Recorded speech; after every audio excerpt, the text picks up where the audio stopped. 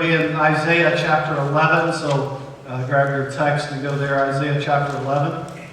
We're a Bible teaching church here at City Church. So I hope you own a Bible. If you do not, one is a great Christmas gift to ask for. It's a good study Bible. And then two, if you do not own one, we would love to give you one. If you're going to be at City Church for any length of time, you'll need to own a Bible as we preach and teach the Bible here at City Church. We always want to remind you of that, the importance of the preaching and teaching of God's Word. So we are in Isaiah chapter 11. If you're in the middle of your Bible and just start turning toward your right, toward the New Testament, you'll eventually come to the large book of Isaiah in the Old Testament. It is a book that is rich with prophecies of a coming Messiah, which is what we've been focusing on in this series. So before we jump into our text, let me ask this question. Do we have any leaf addicts in the room? Now I'm not talking about tobacco leaf addicts. I grew up largely in North Carolina and pastored churches in Kentucky, which are two of the largest tobacco-producing states in the U.S. And so my churches were filled with tobacco farmers. I had a couple of old school guys that basically harvested tobacco, and then I felt like they would just like bite it off of the stalk and chew it. It was like the nastiest looking stuff I've ever seen. But I'm not talking about that type of leaf addict, tobacco or dip or whatever it may be. I'm talking about color spotters. I'm talking about people who are addicted to the changing of the leaves and looking at the changing of the leaves. Anybody with me on this? Okay. So that's the leaf addict you're talking about, so you can breathe easy. Anyone ever take road trips to observe the fall foliage? That's a hard word to say. The leaves changing. Foliage.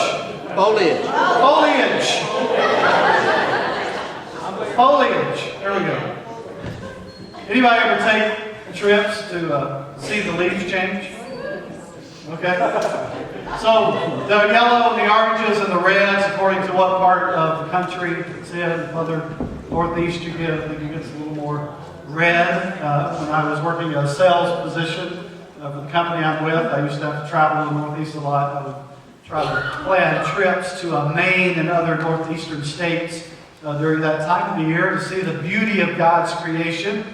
So, if you're a leaf addict, imagine that you plan a trip. We're going to drive up to the Smoky Mountains and enjoy the leaves changing. But when you arrive, you discover that there's been a massive logging effort that has taken place. There's not a single tree left.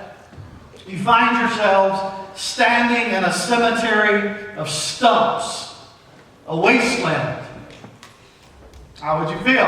And you would probably be disappointed that you were anticipating seeing the beauty of God's creation, and now you're surrounded by dark, decaying stumps. Well, in our text today, Isaiah the prophet is preaching to people who are in a spiritual wasteland. They are surrounded by a graveyard of stumps. When Isaiah writes his prophecy and speaks his prophecy, it's 700 years before Jesus, 700 years before the Messiah, before the Christ will be born, and things are happening. Judgment is coming upon God's people. The people, Isaiah says, will be cut down. Look at the end of chapter 10. Of Isaiah's prophecy, verses 33 and 34. Behold, the Lord God of hosts will lop the bows with terrifying power. The great in height will be hewn down. The lofty will be brought low. He will cut down the thickets of the forest with an axe, and Lebanon will fall by the majestic one. And so this imagery that Isaiah paints is of a forest, massive trees that have been cut down, that have been hewn down. There is a wasteland. Yet, in this wasteland, there is hope. There is a sign of life amid the stumps. Verse 1 of chapter 11. We'll read, matter of fact, just the first 10 verses to bring us into the text. There shall come forth a shoot from the stump of Jesse, and a branch from his root shall bear fruit. And the Spirit of the Lord shall rest upon him, the Spirit of wisdom and understanding, the Spirit of counsel and might, the Spirit of knowledge and the fear of the Lord. And his delight shall be in the fear of the Lord. He shall not judge by what his eyes see, or decide disputes by what his ears hear. But with righteousness he shall judge the poor, and decide with equity for the meek of the earth. And he shall strike the earth with the rod of his mouth, and with the breath of his lips he shall kill the wicked. Righteousness shall be the belt of his waist, and faithfulness the belt of his loins. The wolf shall dwell with the lamb, the leopard shall lie down with the young goat, the calf and the lion and the fattened calf together, and a little child shall lead them. The cow and the bear shall graze, their young shall lie down together. The lion shall eat straw like the ox. The nursing child shall play over the hole of the cobra, and the weaned child shall put his hand on the adder's den. They shall not hurt or destroy in all my holy mountain, for the earth shall be full of the knowledge of the Lord as the waters cover the sea. In that day, the root of Jesse, who shall stand as a signal for the peoples, of him shall the nations seek or inquire, and his resting place shall be glorious. In this wasteland, there is hope. There is a sign of life. A shoot, Isaiah says, springs from the root, from the stump of Jesse, a fruit-bearing branch. And so the imagery is, as we're standing in this cemetery of stumps, that we see hope, that we see a green sprout, that we see a sign of life, that God has a plan to redeem and heal and preserve his people in the wasteland. This Christmas series that we're in, Christmas Before Christ, reminds us that from the opening scenes of the biblical narrative, God has been writing a redemptive story where he is constantly pursuing and redeeming sinners.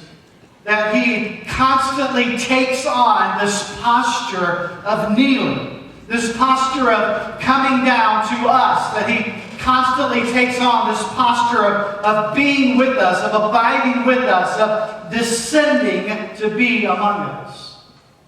Even the sending of this prophet, Isaiah, to this rebellious people is an act of God's mercy. It's an act of God's grace. In God's story of rescue, the prophet Isaiah in this case, the prophet is this kind of God-called spokesperson who sees what God is doing and then proclaims how God's people can get in on what God's doing. It's not kind of maybe sometimes we hear the word prophet, we think in terms of like some type of fortune teller, right? That he's some type of psychic. That's declaring things that are going to happen in the future that come true. In reality, a prophet is a spokesperson for God who recognizes where God's people are and then speaks God's word into that and encourages God's people to get in on what God is doing. He is a declarer of God's truth. And God often sent prophets to his people when they were far from God, when they were rebellious. And even the sending of a prophet is God's dissension. It is God coming down to rescue, to redeem. And Isaiah's message here is a message of anticipation. It is hope after judgment.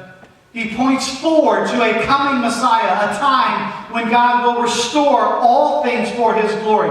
His prophetic message is a signpost. It's a shadow that is ultimately fulfilled in Jesus and Jesus alone. And here, in Isaiah 11, the prophet speaks of a coming day when the root of Jesse will stand as a signal, as a banner for all people to seek after him. Look again. Key verses here, 1 and 10. Verse 1, there shall come forth from this wasteland, from all of these stumps, there shall come forth a shoot from the stump of Jesse, a branch from his fruits shall bear, from his root shall bear fruit. Verse 10, in that day the root of Jesse shall stand as a signal for the peoples. Of him shall the nations seek after. His resting place shall be glorious. This root will stand as a banner for all people to see. So these two concepts of a shoot and a branch, these are metaphors for life in the middle of this wasteland. So as the prophet stands surrounded by these decaying stumps, he speaks of the goodness of God. He speaks of the peace of God. He speaks of the hope of God's people. So there's an important question here. Who is Jesse? The root of Jesse. Well, if you're a Bible person, you know that Jesse is the father of David. David, the great king of Israel. The royal ancestor of Jesus. We know from the genealogical records that Jesus descends from the line of David. Matthew, the gospel writer, who writes primarily to a Jewish audience about Jesus as the Messiah, he grounds the story of Jesus in David. Matthew chapter 1, verse 1. The book of the genealogy of Jesus Christ, the son of David, the son of Abraham. Verse 6. Jesse, the father of David the king, and David was the father of Solomon by the wife of Uriah. So Matthew's intentional to say that Jesus stems from the lineage of David. Now, as you read through Matthew's genealogy, you recognize that the lineage, the royal lineage of David and Jesus is inundated with scandal, with sinners, that Jesus came to save sinners. And when you read the list of the people that are in the biological lineage of Jesus, you realize this is very sinful people. A lot of scandals wrapped around what was happening in the stories when Jesus entered the world. It is through another prophet by the name of Samuel that God would promise David the king that he's going to raise up another king, a true king, a king of kings, whose kingdom is eternal. Matter of fact, one of the titles of Jesus, one of the messianic titles of Jesus, we read it, we heard it, is that Jesus is the son of David. The son of David. So Isaiah's use of this title, the root of Jesse, speaks of a coming Messiah and of the humanity of that Messiah, the humanity of Jesus. That he stems from human ancestry. That he is from the seed of David. He is born of a human, of a woman.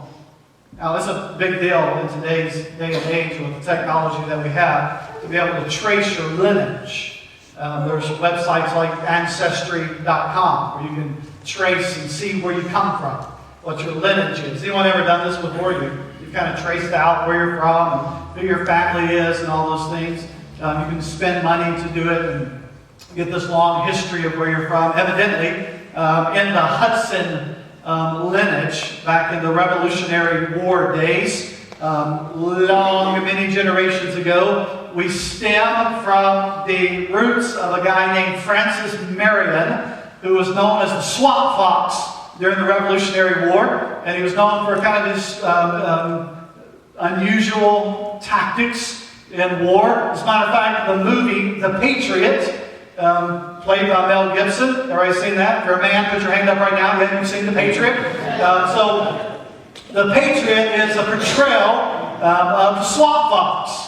And so, in some long and distant land, I am connected to the Swamp Fox. Yesterday, Joe Burrow, who is the quarterback of LSU, the potential national champions, potential keyword, Joe Burrow won the Heisman Trophy, well deserved. He has won it by far, like a landslide, like one of the most biggest lopsided wins ever in Heisman Trophy history. What you probably don't know, unless you've been around my brother or dad who talk about this a lot more than I do, Joe Burrow was a distant cousin of the Hudsons.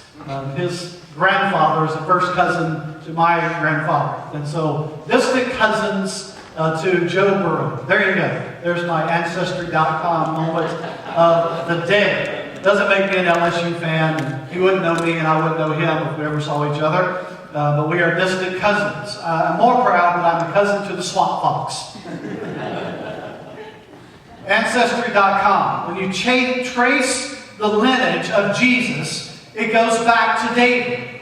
He is a son of David, the New Testament says, the root of Jesse. This reminds us of his humble origins, that he came from humanity. As a matter of fact, when you see the phrase the son of Jesse, when it is used in the David story, King Saul refers to David as the son of Jesse as a derogatory term. Like King Saul's like, I'm the king. You're a son of Jesse. You're a shepherd boy. You're from the backwoods. You're country. So he uses son of David, or son of Jesse, as a derogatory term, referring to David's humble origins. But what we learn in this prophecy is that this shoot, this root, represents life in the middle of death. That God is writing a redemptive story that will culminate in His eternal kingdom. Now, notice that this stump is a person. This shoot is a person. Verse 2, the Spirit of the Lord shall rest upon him. And so there's a transition that this shoot, this root of Jesse, is a person. The Spirit of the Lord shall rest upon him. The Spirit of wisdom and understanding, counsel and might, the Spirit of knowledge and the fear of the Lord. This stump is an anointed one, an anointed person who is full of wisdom and understanding, counsel and might, knowledge and awe. He is the one true and wise and good King who rules with absolute justice and absolute mercy. This is important to understand. He is not just another king in David's line. He is not even just another David. He is the king. Amen. He is the king who is above every king, including David himself. He is a better king than David. David fell short. Now, in the historical book of Kings in the Old Testament, all these kings and rulers come and go, and these successive rulers were often assessed and compared to David. David was the archetype. He was the model king in Israel's history. No other king in the biblical story is ever called David. No other king is referred to as the son of Jesse. It was David, and David alone was the son of Jesse. All of the kings in Israel's history are compared to the King David. And so whatever the king did, it was never as good as David, right? It was never always, well, he may be a good king, but he's not David, right? It was always kind of that deal. Like, David is the king. David is the archetype. He is the king, humanly speaking, above all the other kings in Israel's history. And if you know the story of David, which I'm kind of leaning toward doing a David series next summer, we all know the shortcomings of King David.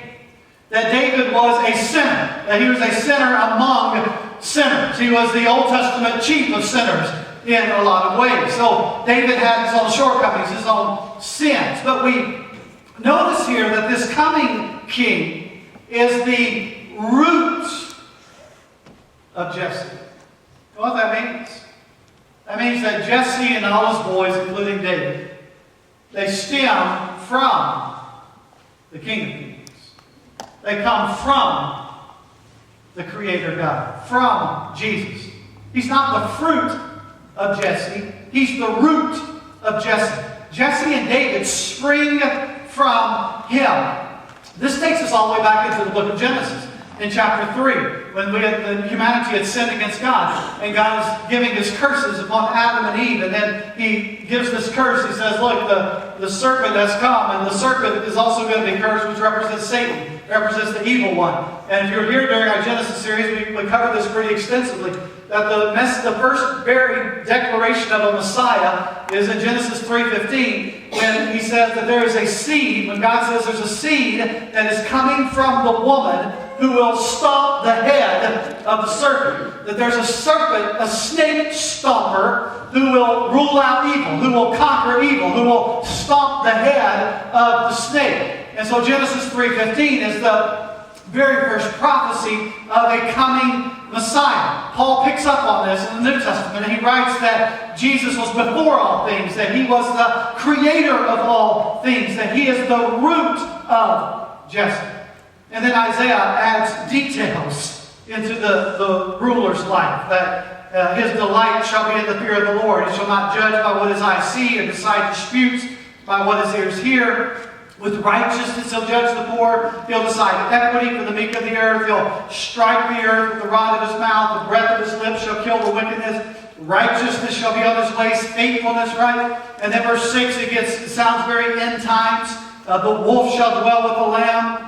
The shepherd lying down with the goat, calf and lion, the fattened calf together. The little child shall lead them. The cow and the bear shall graze. Their young shall lie down together. The lion shall eat straw like the ox. Verse 8, the nursing child shall play over the hole of the cobra. I recently watched a documentary from National Geographic Channel on the cobra. What a deadly creature it is. And when I watched the documentary, I realized that male cobras seek out other cobras just for the purpose of killing them. Like it's a vile, wicked, murdering animal, if there's such a thing. And in this verse, the child, right, plays with the cobra. They are peaceable. They get along. They shall not hurt or destroy. The earth shall be full of the knowledge of the Lord. The waters cover the sea. When we read this stuff, we think about end times. We think about the established kingdom of God on the earth. There will be peace. That there will not be enmity, even between humans and animals. That there will be peace on the earth. So we read this stuff, and it's like end time stuff. It's fairy tale stuff. It's end of the story stuff. It's happily ever after stuff. And so Isaiah is speaking in terms here that this root of Jesse will come and this restoration will take place. He is building an eternal kingdom that is marked not by war, not by enmity, not by a refusal to get along. It is marked by peace, even between humans and beasts. There is peace. There is a restoration taking place that will impact even creation itself. It's taking us back to Genesis. That everything is coming full circle. That the world that God created that was good and perfect and whole will one day be restored to good and perfect and whole. And this will take place through the root of Jesse, through the seed of the Messiah. So what we have here is packed into these few verses God's redemptive plan. All the way from Genesis 3, all the way to Revelation chapter 22. Notice what the end of the book says. Revelation 22, 16 and 17. I, Jesus, have sent my angel to testify to you about these things for the churches. And then look at this. Jesus is identifying Mark here in Revelation 22. I am the root. I am the descendant of David, the bright morning star. The Spirit and the bride say what? Come. Let the one who hears say, come. And let the one who is thirsty come. Let the one who desires to take the water of life without price. And so we see full circle here. When we get to the very end of the story, when we get to the end of God's redemptive narrative, we find the root of Jesse, who is inviting us to come. It is Jesus standing at the end of the book, just like he was at the beginning of the book in Genesis 3, just like he is weaved all throughout the book, just like we see him in Isaiah as a signpost, as a shadow, pointing forward to a Messiah who would come, pointing forward to the end of time, as Jesus stands in Revelation 22 and says, I am the root of Jesse, and if you are thirsty, come to me, drink of me, there is eternal life in me. You see how God is writing the story? He's writing a redemptive story. Christmas before Christ. He invites the thirsty to partake, to drink from the everlasting springs of eternal life. That he is the living water. Paul applies this verse.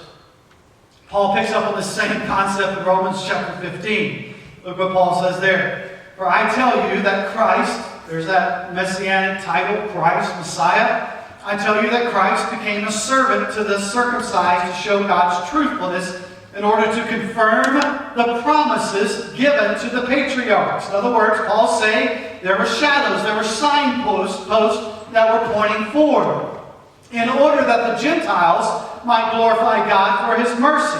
As it is written, therefore I will praise you among the Gentiles and sing to your name. And again it is said, rejoice, O Gentiles, with his people. And again, praise the Lord, all you Gentiles. Let all the people extol him. verse 12. Here's our verse.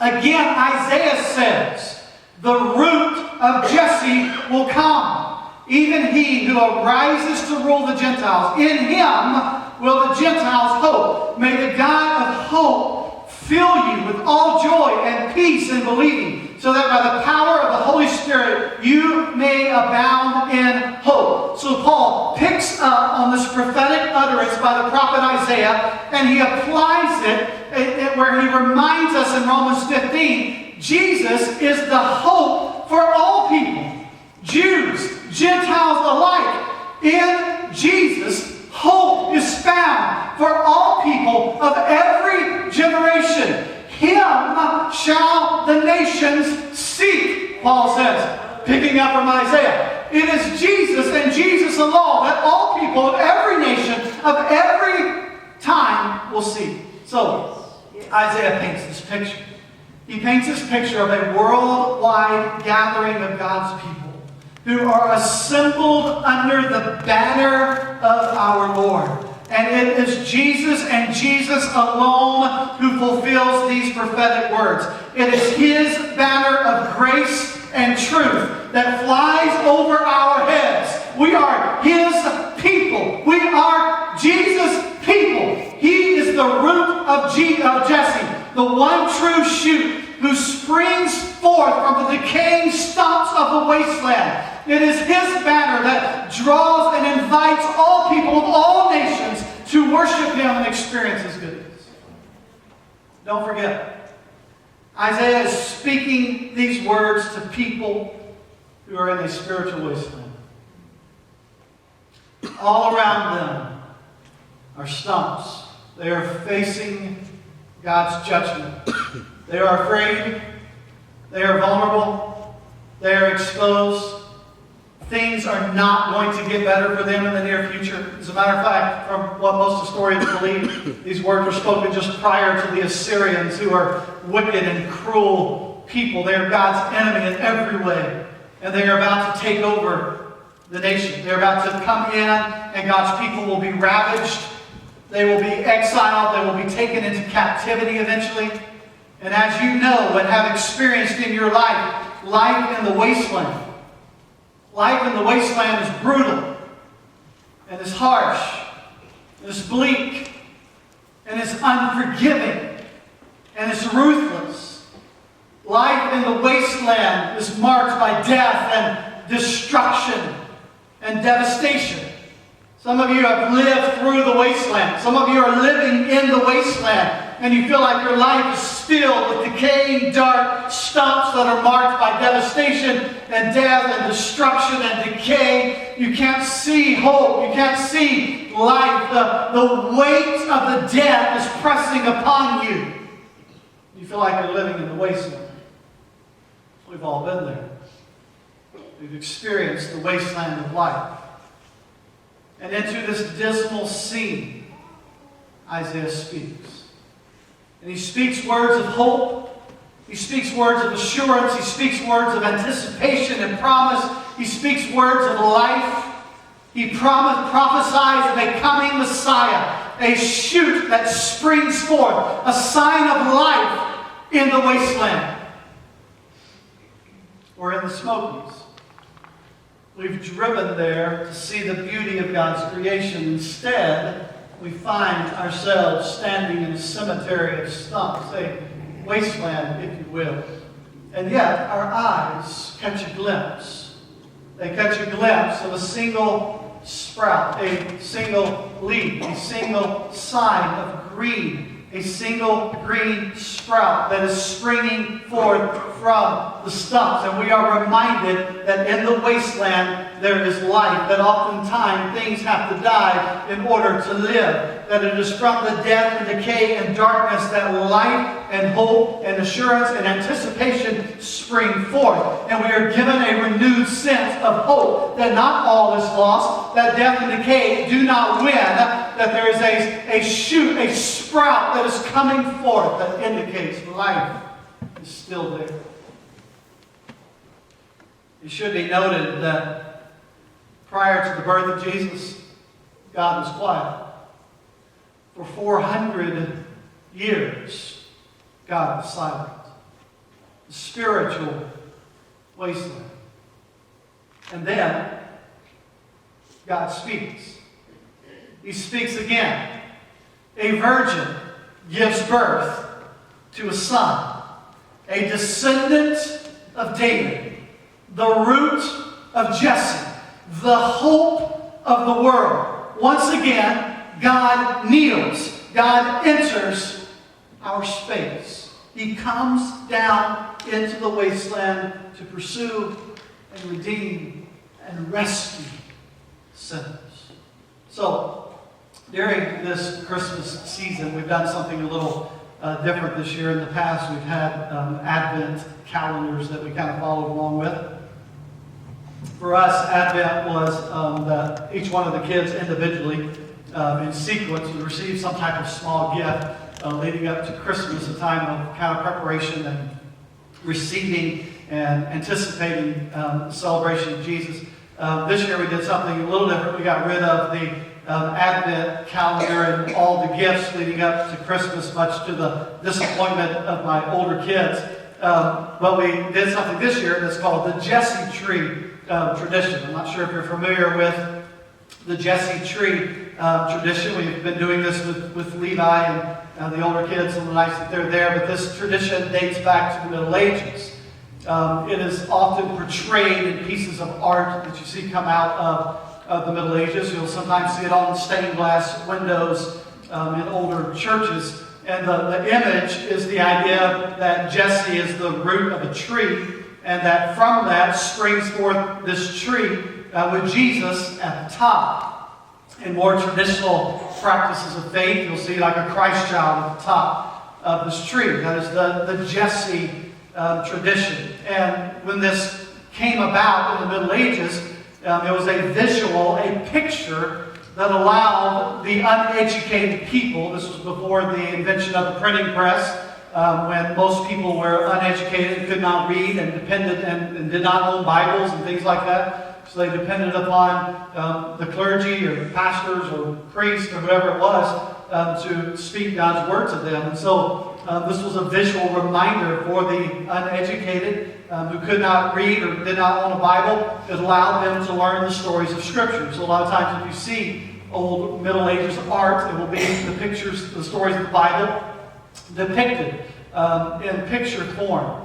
And so today, the Jesse Tree tradition is used in place or as a part of the Advent calendar to teach children the history of God's redemptive story leading up to Christmas time. And so each day in this little bag, I only brought the ones that are remaining, we have a little booklet that tells you, and I just noticed on the front of this is Isaiah 11:1, a shoot will come up from the stump of Jesse. But inside there's a different ornament for each day. Day 1, creation. Day 2, the fall. And you kind of make your way through the redemptive story all the way up to the birth of Jesus, going through the Old Testament. So we've been doing this with Levi each night.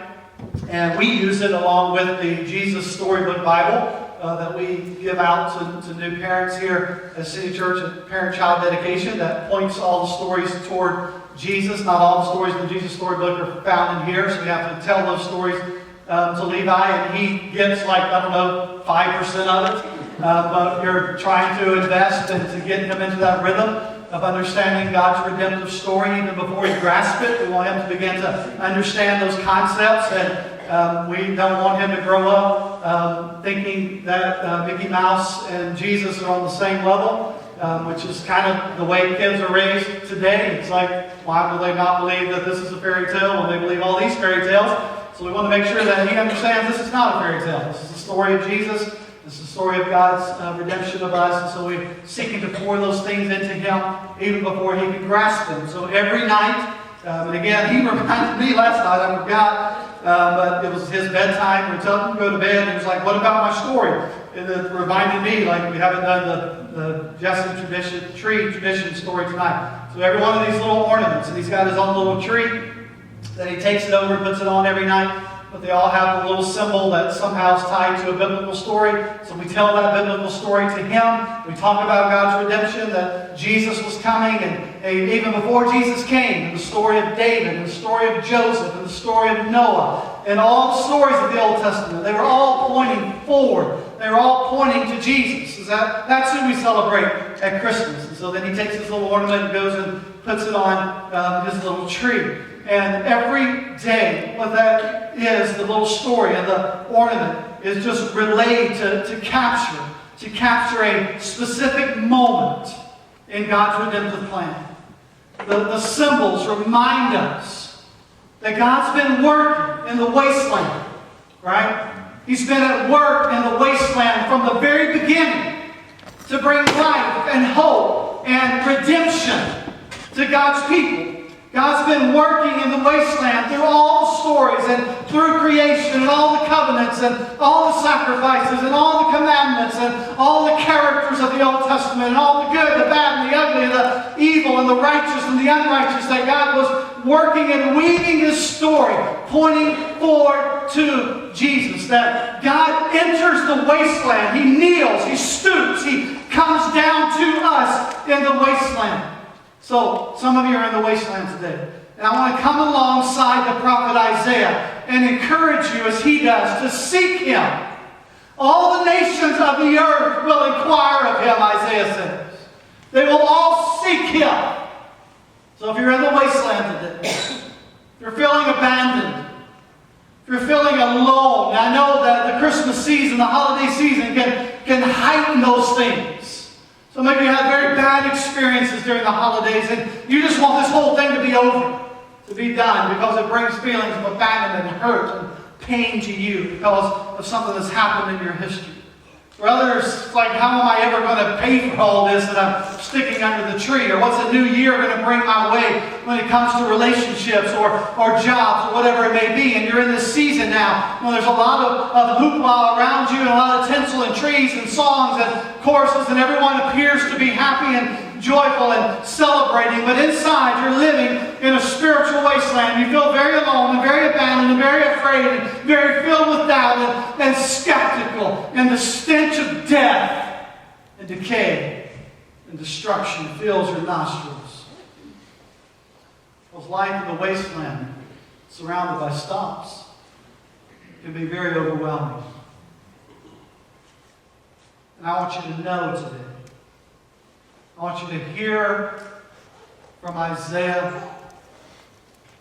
I want you to hear from me that there is hope. There is purpose. There is healing. There is redemption. There is salvation. There is life even when we are encompassed by stumps of death.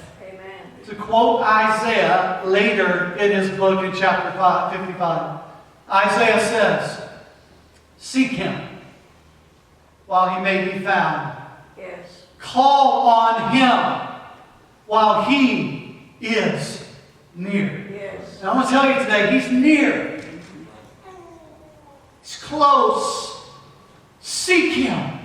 Come to Him. Rest in Him. The great theologian John Calvin, one of the reformers, wrote of Isaiah chapter 11 of these verses.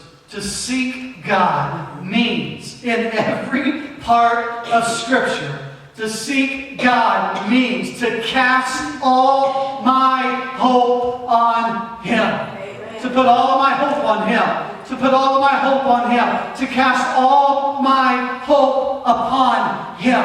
And so I want to encourage you from Isaiah 11.